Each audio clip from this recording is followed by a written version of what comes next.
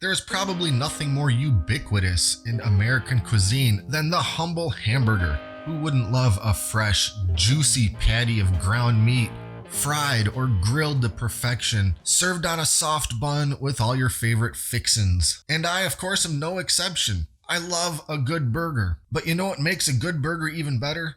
Knowing exactly where the meat that comprises your burger came from. This week in my unofficial Venison series of these YouTube videos, I'm going to be making some hamburgers completely from scratch from meat harvested right here in Michigan during firearm deer season. And we're not just going to be cooking this burger. You've seen that 1,000 times. I'm going to show you almost every step in the entire life cycle of this hamburger, from deer frolicking in forest to serving it up on a plate and eating it. And I qualify it with almost every step because I don't technically have video of the deer being killed. I had the wherewithal to take a stupid little selfie video of myself up in a tree stand, but when I actually saw a deer, I had no means to affix the phone and point it in the direction or any of that. So unfortunately, I don't have that specific part on camera. But anyway, we're basically gonna pick this thing up right from when we got the deer hanging up and we're ready to start processing it. Anyway, I'm gonna try to wrap up this introduction so I don't ramble on forever.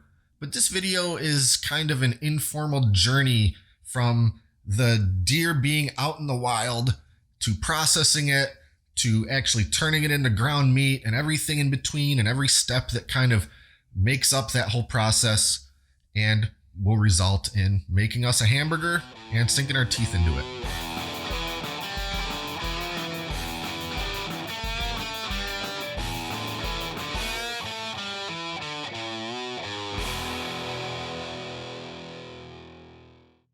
And the last thing I'll mention is that this video is going to depict butchering and processing an entire deer hanging up in a garage. If that's something you'd rather not see, well, you can skip quite a bit ahead to where I'm cooking a hamburger, but really this video is more about the process than the hamburger.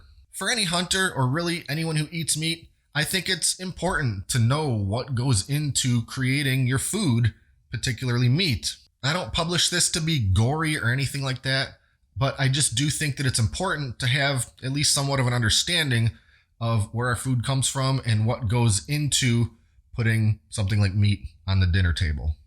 In the third week of November, at an undisclosed location in northern Michigan, it was an unusually balmy 55 degrees for the time of the year. It's opening week for regular firearm deer season in Michigan, and my group is set up in various spots around the land we commonly hunt. While it was a fruitful hunt overall, it wasn't until the third day that the first deer was harvested. A medium-sized buck that appeared to be following a distant group of doe made the unfortunate decision to wander by the tree stand, and that's where his story both ended and began. It was just about an hour before sundown, which gave us just the right amount of time to track it, drag it back to the truck, and load it up. Because I could get my truck relatively close to where the deer fell, I opted not to field dress it. I find it much easier to do this step back at the house where I can hang the deer up. Yes, he was really heavy, but again, we did not have to drag him far. After a quick dinner, the evening's work began. Using my handy trailer hitch deer hoist and gambrel, we got the deer hung up and made quick work of gutting him. I didn't have my camera recording during that part, so we're going to pick it up at the skinning process. We've gotten pretty efficient at the skinning and processing steps, but it's still a lot of work and a bit time consuming. I don't like to rush any step, so we take our time to make sure it's done the way we want. Anyway, I'm going to fast forward a lot of the footage here because nobody wants to see an hour-long video of two guys silently butchering a deer. As I mentioned, this deer was gutted and hanging up very soon after being shot, probably about an hour and a half from harvest to hanging. Lots of hunters for generations insist that a deer must be hung up and aged for several days before processing. I honestly don't know why, because in my experience it is so much better in every way to do this as quickly as possible. The quicker I can get a deer broken down and in the fridge and or freezer, the better it's going to taste and smell, and the easier it will be to work with. The meat and muscle tissue and everything else starts getting slimy and weird after about a day, and that makes it all around less pleasant to work with. And I'm particularly sensitive to gaminess in both taste and smell. And in my experience with processing many deer over many years, a deer that's entirely processed within a few hours has practically no funkiness or gaminess about it, compared to a deer that's been processed after 1 or more days. I can't help but think that far fewer people would complain about gamey meat if they would just stop leaving their deer carcass hanging up for days before processing it. Not to mention that I never bother with any of the nonsense gaminess abatement measures that so many people use, like soaking the meat in ice water or milk, for goodness sake. If you have to soak your meat in one of the most quickly spoiling liquids on the planet in order to make it somehow more edible, then there's a larger issue at hand, and I can't help but think you're doing something wrong. Anyway, the skinning process is mostly straightforward. I prefer to hang the deer upside down for the skinning and quartering process. That way I can start at the back legs and work my way down until the entire hide is basically draping down over the head. And ultimately the head with the hide still attached can be removed from the body in basically one big piece. And if you're planning to get a buck's head mounted, this method works well because you don't have to worry about trimming the hide around the neck in any particular way. You can probably just give the whole mess to your taxidermist and let him take it from there. After the hide is removed, and after washing and resharpening the knives, it's time to start quartering. This is probably the step that is most interesting to me. It's where you can really see the cuts of meat that become your food start to take shape. And I realize that our big dumb selves are obstructing the camera an awful lot, but I have no cameraman, and there's just not a great angle by which to capture this whole thing when we have 2 people working on the deer at the same time. But we'll just do the best we can, and I promise to try my best at editing out as much gratuitous plumber's crack as possible. As far as the order of operations, I tend to start by removing the inner loins. These are 2 small strips of meat considered by many to be the most tender and tasty of the whole deer. Next, for whatever reason, I decided to remove the front shanks. I find it easier to take the deer apart while it's hanging rather than removing entire shoulders or haunches and then cutting off the shanks later. In any case, the bone saw makes pretty quick work of it.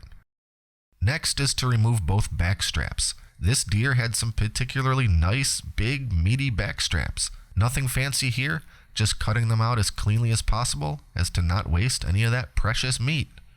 After the back straps are removed, we'll move on to the shoulders. The shoulders come off very easily, and it's really just a matter of tracing around the joint with a sharp knife. And then just to make the last couple steps a little simpler, I'll go ahead and remove the spine and rib cage to just get it out of the way. And last up is the back haunches and shanks. The pelvis bone was already split, or rather sawed, during the gutting process, so it's just a bit of work to get those rear quarters fully separated. And lastly, we just need to separate those haunches from the shanks. It seems that most people do this on a table, but again, I find it simpler to do while it's all still hanging. And if you can find right where the knee joint is, you can basically pop these shanks right off without needing to saw it. Though I will still need to use the saw to separate that last bit of leg and hoof from the shank, and I guess I'm doing that on the floor where it's mostly out of frame of the camera. Now that the deer is quartered up and we've effectively separated all our cuts of meat from the carcass, I'm going to jump ahead to when I'm back at home in my kitchen and I'm breaking down the pieces that will comprise the ground meat that will go into my burgers. For the most part, ground venison comes from deer shoulders and the rear quarters, or haunches. There's a million different things you can do with the meat from shoulders and haunches, but it's probably most commonly just cut up for stew meat and ground meat. With this particular deer, I'm going to be grinding all of the meat from both shoulders and one of the haunches. I've got other plans for the second haunch, but that's not really relevant for this video. Since I'm not trying to butcher any particular roasts or steaks or cuts because I just intend to grind everything, I don't have to be especially careful in what I'm doing. I'll essentially just cut the meat away from everything that's not meat, such as bone, tendon, fat, and silver skin. Fat and skin are not very appetizing on deer meat, and it can be a bit tedious to go over each hunk of meat and remove all of that. But with a sharp knife and some patience, I'll trim everything up best I can. And since this meat is all going into the grinder, I'll also cut everything up into small chunks as I'm going. When I'm done, I've got a big old pile of venison meat pieces that are almost ready to grind. But as is always recommended before grinding, I'm going to freeze the meat for just a little while first. Meat that's very cold and just a little bit frozen will go through the grinder easier and will also nearly eliminate the risk of your meat smearing or emulsifying, which we do not want for our nice ground meat. I'm not going to turn 100% of this meat into burgers, so I'm going to separate about 4 pounds to make my burger patties, and the rest I will freeze for later use. Now, when making venison burgers, you pretty much have to add some fat. Venison is super lean, and a fattier burger will hold together better, cook better, and taste better. Some people add beef fat or mix with ground beef. I prefer pork fat, so that's what I'm using. Now, I had to do this next part just a little bit differently. Normally, when I'm making my ground meat out of venison, I'll go and buy pork fat from the butcher. That's basically just give me 2 pounds or whatever of pork fat, and they usually come in these little sort of trimmed slices or pieces. But for whatever reason, my butcher has been out of a few different things lately. They didn't have any of the pork fat. They didn't have any of the pork trimmings, which I like to use for my deer sausages. So what I ended up doing was thawing out one of my entire pork shoulders, trimming off a bunch of the fat from that thing, and that's the fat I'm going to be using to mix to make my hamburger meat. Don't worry, I'm still going to use the rest of the pork shoulder. In fact, it's going to end up getting cut up to make sausages, since again, I can't seem to get my pork trimmings either right now for whatever reason. So a little different than how I normally do this, but the concept is the same. We're taking pork fat, we're putting it through the grinder with the meat. Now that my venison and pork fat are super cold and just on the verge of freezing, it's time to grind. For burgers, a medium-sized grind plate is perfect. So I'll just start feeding my hunks of meat through the grinder. I'll alternate between pieces of venison and pieces of pork fat, so it will all start to mix together nicely. I'll also mention that I'm only doing a single grind. Some ground meat applications call for a double grind, but for these simple burgers, I only need to send it through once, with that medium grind plate. Once I've gotten all my venison and pork ground up, I'll give all of it a quick mix with my hands to really make sure that pork fat is as incorporated as it can be. I don't want to overwork the meat, but I will loosely blend it up with my fingers until it looks well mixed. Now I'll refrigerate all this meat overnight because it's late and I'm tired, and I'll pick this up tomorrow and finally make my burger patties. Okay, time for a one-man burger assembly line. The first thing I'll do is weigh out the meat for each burger. I want them to be nice and consistent, and they also need to fit into my little burger press that I'll be using. 5 ounces is perfect for what I'm doing. So I'll just weigh and form as many little 5-ounce balls of meat as I can get out of this batch of meat. Now it's time to press them into patties. I could do this purely by hand, but I really like the perfect consistency that my little burger press brings to this process. It's very simple to use. I just lay one of these little circles of parchment paper into the bottom of the press, then set one of my meatballs on top, then lay another parchment circle on top of that, then gently push the top part of the press down into the meatball until it's squished down and formed a nice perfect patty. Then flip that bottom part upside down and give it a light shake, and the formed patty falls right out. Those little parchment discs are key to this operation because without them, the meat would stick to everything and I'd never get it back out of the press. Plus, since each patty has a sheet of this parchment on both sides, I can stack them up without worrying about everything completely sticking together, either now or once I freeze them. And since most of these will be going into the freezer, my next step is to flash freeze them. That is, lay them out on a cooking sheet and put them in the freezer for an hour or two until they harden up. I'll just stack them too high for this step because I want to make sure all the patties freeze up pretty consistently and in a short amount of time. This is an important step because I'm going to be vacuum sealing these patties, and if they're not good and hard from freezing, the vacuum action of the whole process would completely squish and squeeze and deform my patties into each other. So after they've been flash frozen, I'll just start loading them up into my vacuum seal bags. I'll do 4 per bag, but you can really go as few or as many as you'd like, as long as the bag will fit them.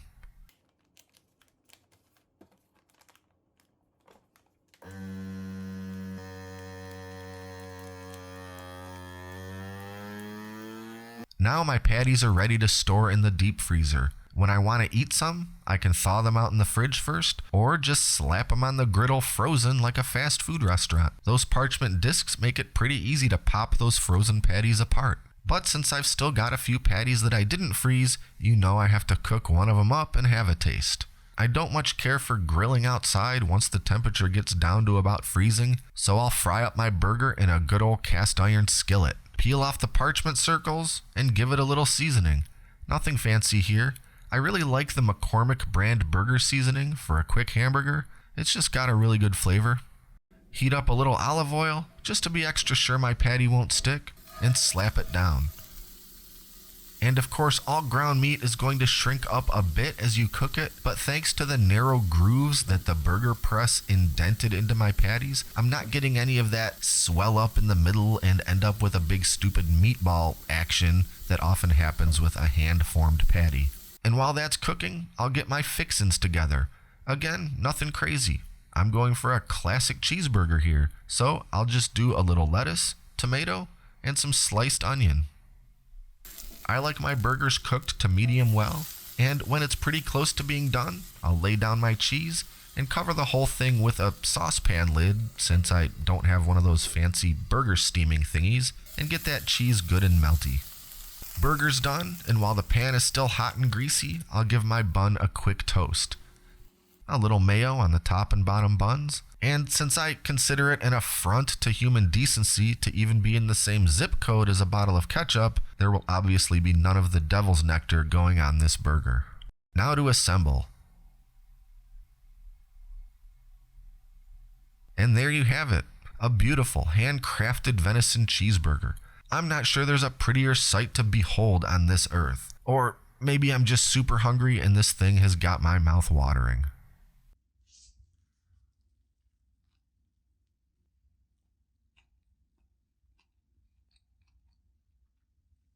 Doesn't get much better than that.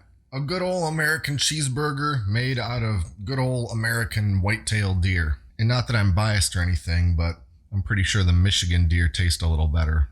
But in any case, in this video, I set out to sort of demonstrate the process from start to finish, from hunting a wild deer to serving it up in an amazing burger for dinner. And I know I didn't show the actual deer hunting, and I promise I hope to get some kind of better system in the future, rig up a camera and have the means to navigate that while I'm actually doing the hunting.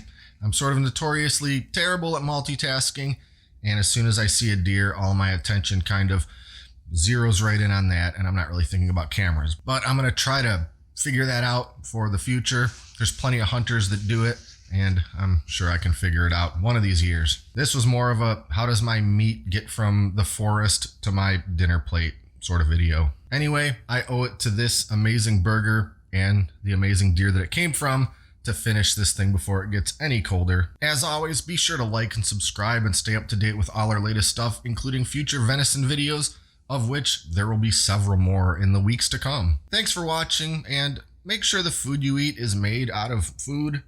And until next time, this is Great Lakes Prepping.